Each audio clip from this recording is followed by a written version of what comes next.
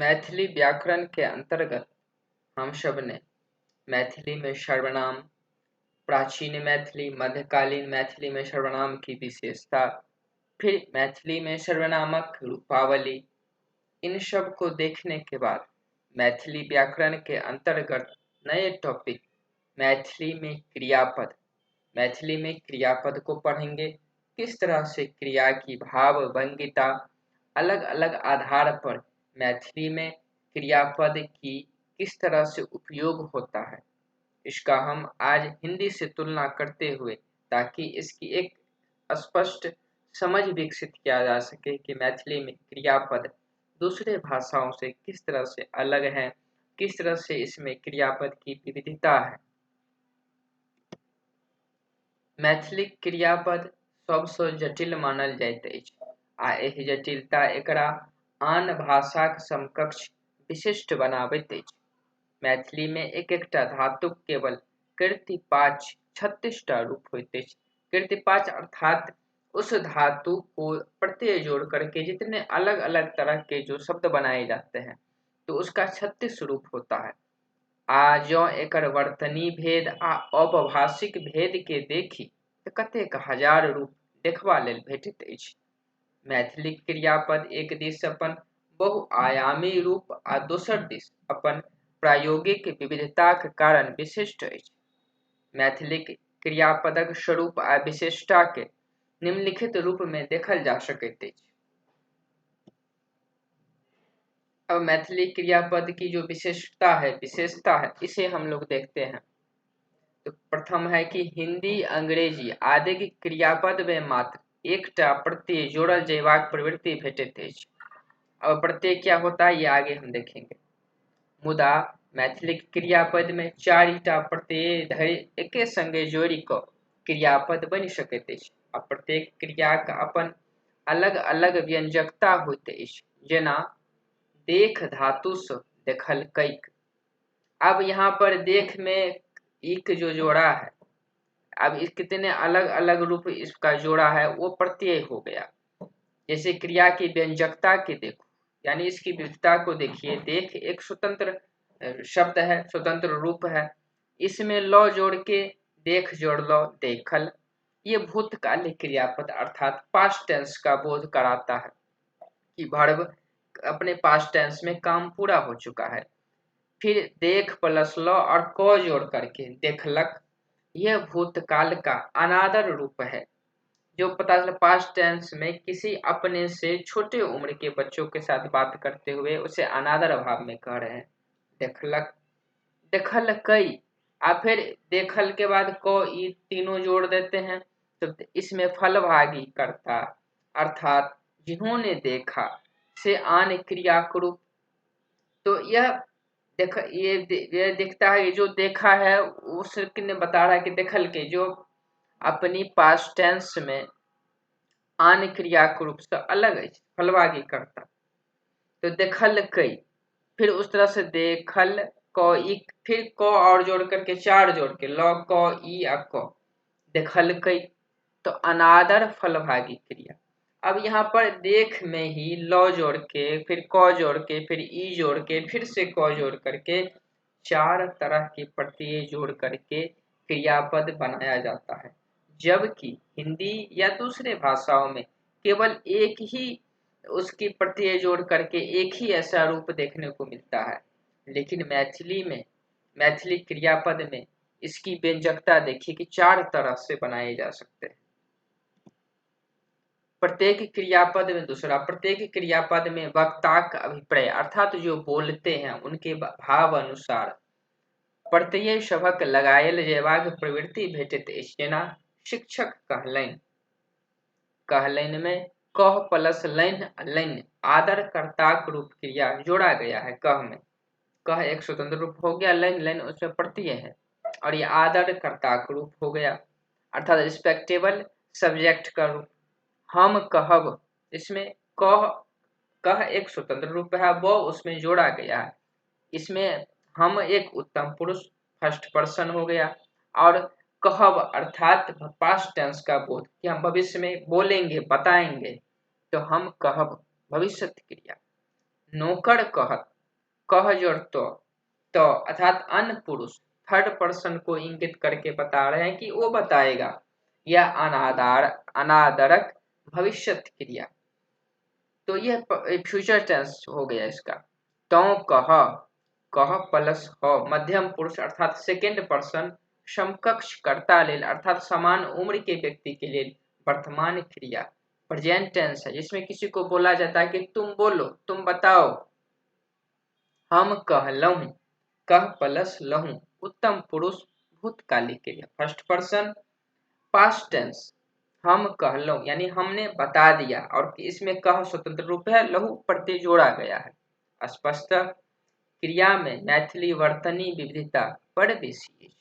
अब यहाँ पर इतना विविधता देखने को मिलता है। फिर मैथिली की क्रियापद प्रणाली बुझो लेल फलभागी शब्दक आशय बुझब आवश्यक होते छै। अर्थात वाक्य में जे क्रिया कहल जाइत अछि तकर फल व लाभ पाबै वाला रूप में प्रेरणाक काज कखनो कर्ता करैत अछि, कखनो कर्म आ कखनो अन्य कारक। अर्थात कभी सब्जेक्ट के ऊपर भाव का पता चलता है, तो कभी वर्ब, तो कभी पर्सन के ऊपर।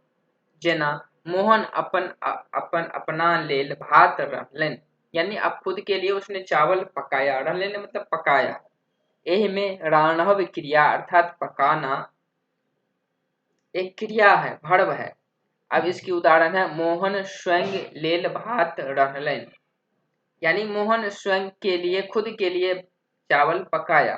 तैं एहि वाक्य में प्रेरक करता है, यानी वो खुद के लिए अपना काम कर रहे हैं।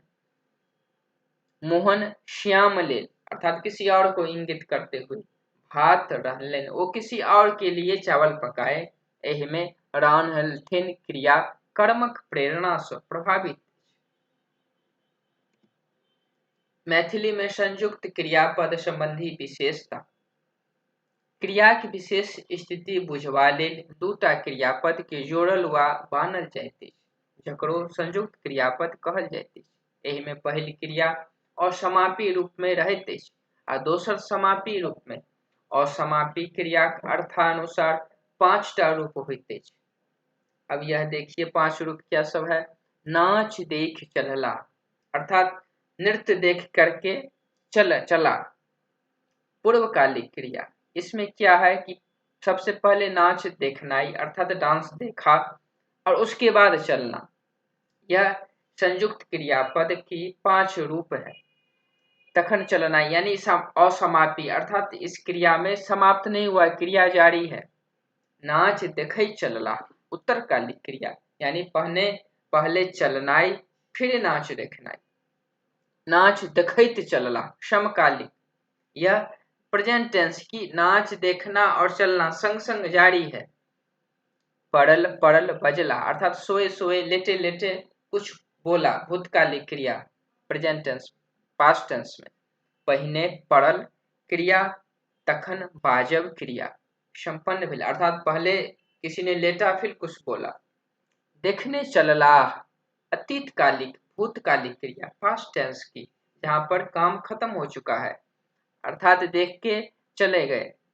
एतो देखने आ चलने भूतकाल में भेल छल। संयुक्त क्रियापद 2 प्रकारक होते हैं।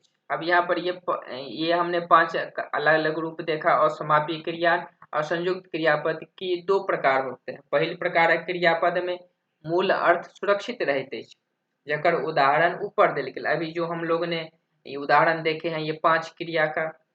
दोसर प्रकारक संयुक्त क्रियापद में प्रथम क्रियापद तो अपन मूल अर्थ के पकड़ने रहते, मुदा दोसर क्रियापद मूल अर्थ के छोड़ प्रथम क्रियापदक अर्थ में योगदान देते, जाहिसँ 2टा क्रियापद रहितो एकेटा क्रियाक संपन्न होयबाक बोध होइत अछि। जेना मोहन उठ गेला, क्रियापद उठनाई और गेनाई, यानी इसमें दो भाग है, पहले उठना फिर जाना।